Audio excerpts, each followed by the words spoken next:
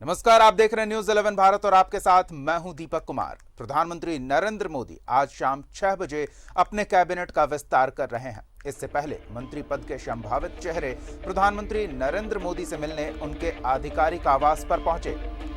केंद्रीय गृह मंत्री अमित शाह और भारतीय जनता पार्टी के अध्यक्ष जेपी नड्डा भी प्रधानमंत्री आवास पर मौजूद रहे। प्रधानमंत्री आवास पहुंचने वालों में बीजेपी महासचिव भूपेंद्र यादव, मध्य प्रदेश से राज्यसभा सदस्य ज्योतिरादित्य सिंधिया, महाराष्ट्र से राज्यसभा के सदस्य नारायण राणे, केंद्रीय वित्त राज्य मंत्री अनुराग ठाकुर, हरियाणा के सिरसा से सांसद सुनीता दुग्गल, दिल्ली से बीजेपी सांसद मीनाक्षी लेखी, उत्तराखंड से सांसद अजय भट्ट, कर्नाटक से सांसद शोभा करंदलाजे, महाराष्ट्र से सांसद प्रीतम मुंडे, अपना दल एस के अनुप्रिया पटेल, लोक जनशक्ति पार्टी के पारस गुट के पशुपति पारस और जनता दल यूनाइटेड के आरसी पे सिंह सहित कुछ अन्य नेता मोदी के आवास पर उनसे मिलने पहुंचे। कैबिनेट विस्तार से पहले केंद्रीय शिक्षा मंत्री रमेश पोखरियाल निशंक ने इस्तीफा दे दिया है। उन्होंने खराब स्वास्थ्य का हवाला देते हुए इस्तीफा दिया है।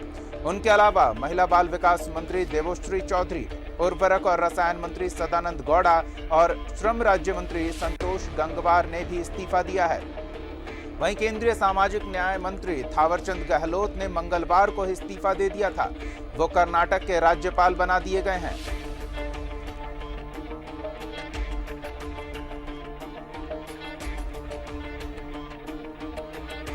टीम मोदी के नए चेहरे सामने आ चुके हैं। कईयों के नाम सामने आ चुके हैं। संभावना जताई जा रही है कि प्रधानमंत्री नरेंद्र मोदी के आवास पर मुलाकात करने वाले सभी लोगों को कैबिनेट में जगह दी जाएगी।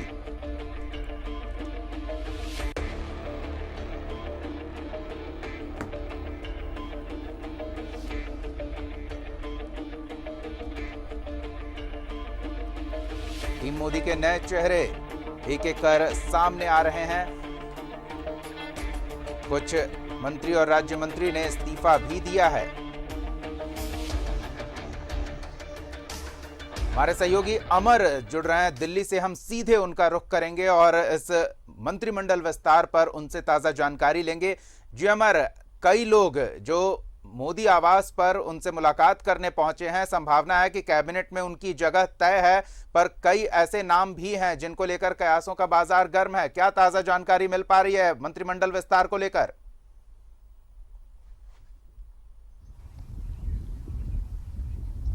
बिल्कुल, देखिए 6 बजे मंत्रिमंडल का विस्तार होना है। मैं इस समय पार्लियामेंट और राष्ट्रपति के बगल में खड़ा हूं। मेरे पीछे सिनारियो आपको दिख रहा होगा, ये पार्लियामेंट है। और जो हमारे पास जो हमारे सोर्सेस ने जो खबर दी है वो ये है कि रमेश पोखरियाल निशंक रिजाइन कर चुके हैं। केमिकल और fertilisers ministers Sadananda Dev Gowda resign कर चुके हैं। Child developments Debasish Chaudhary resign कर चुकी हैं। BJP MP Sanjay Dhotre resign कर चुके हैं।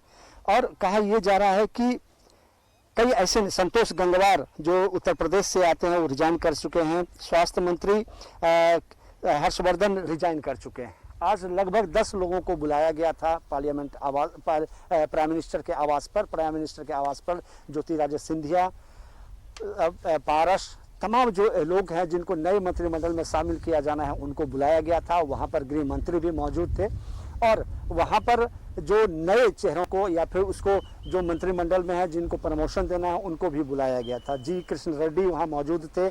उसके बाद ये कहा जा रहा है कि अनुराग ठाकुर वहाँ मौजूद थे, पुरुषोत्तम वहाँ पे मौजूद थे। ये कहा जा रहा है कि 3 लोगों को प्रमोशन दिए जाने की बात कही जा रही है।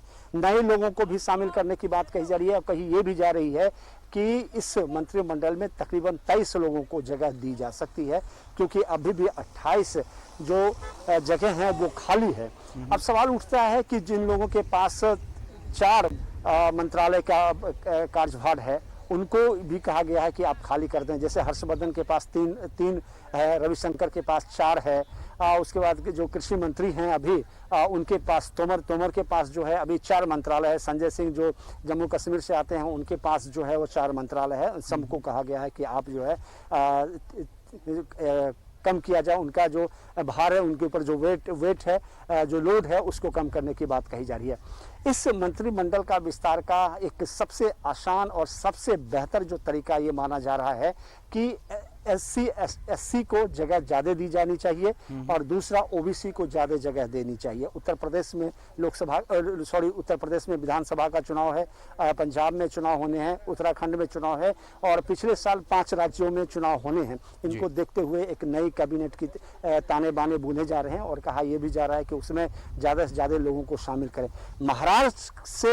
महाराष्ट्र से जो है वो ज़्यादा लोगों को शामिल करने की भी बात कही है कि 3 से 4 लोग महाराष्ट्र से शामिल किए जा सकते हैं जो भारतीय जनता पार्टी के नेता हैं और उनके सहयोगी दल के हैं।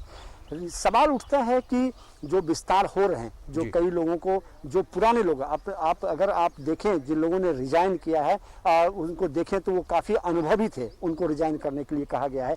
और इस बार जो कैबिनेट का जो ताने बाने बुने जा रहे हैं वो कहा जा रहा है कि नए चेहरे होंगे, यंग होंगे और डायनामिक होंगे, यानी यंग होंगे, युवा होंगे तो काम करेंगे ज़्यादा और समय वक्त ज़्यादा देंगे। इस वजह से सरकार चाहती है कि नए कैबिनेट को तैयार किया जाए और उनके साथ एक अनुभवी लोग को लगाया जाए ताकि इसका विस्तार किया जाए।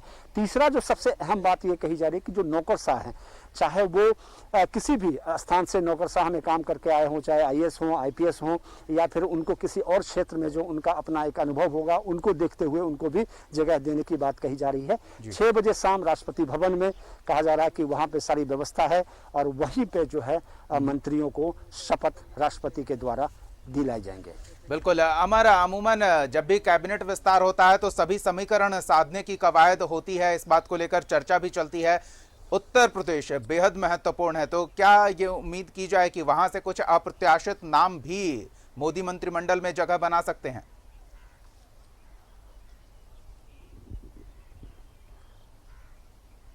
बिल्कुल, देखिए ऐसे उत्तर प्रदेश से 5-6 मंत्री हैं।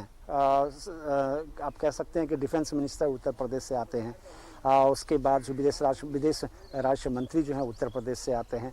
उसके बाद अगर आप देखें तो कई मंत्री हैं जो उत्तर प्रदेश से आते हैं, जो उनके पास एक बढ़िया पोर्टफोलियो दिया गया है उनको।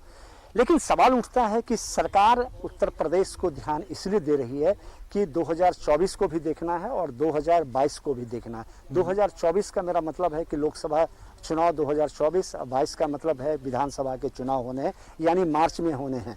तो मार्च में होने हैं तो सरकार ये चाहेगी कि उत्तर प्रदेश में एक बार फिर से जीत हासिल की जाए, क्योंकि प्रधानमंत्री खुद जीत करके आते हैं, उत्तर प्रदेश के बनारस के सीटों से जीत करके आते हैं और योगी के ऊपर एक जिम्मेदारी दी गई है कि आप जो है इसको दोबारा जीत करके लाएं, हिंदू छवि का नेता है। तो ये तमाम जो रचनाएं रची जा रही है, इस रचनाएं रचने का मतलब बिल्कुल साफ है कि बिहार को साधना है, उत्तर प्रदेश को साधना है, पंजाब को साधना है और बंगाल और महाराष्ट्र को साधना है।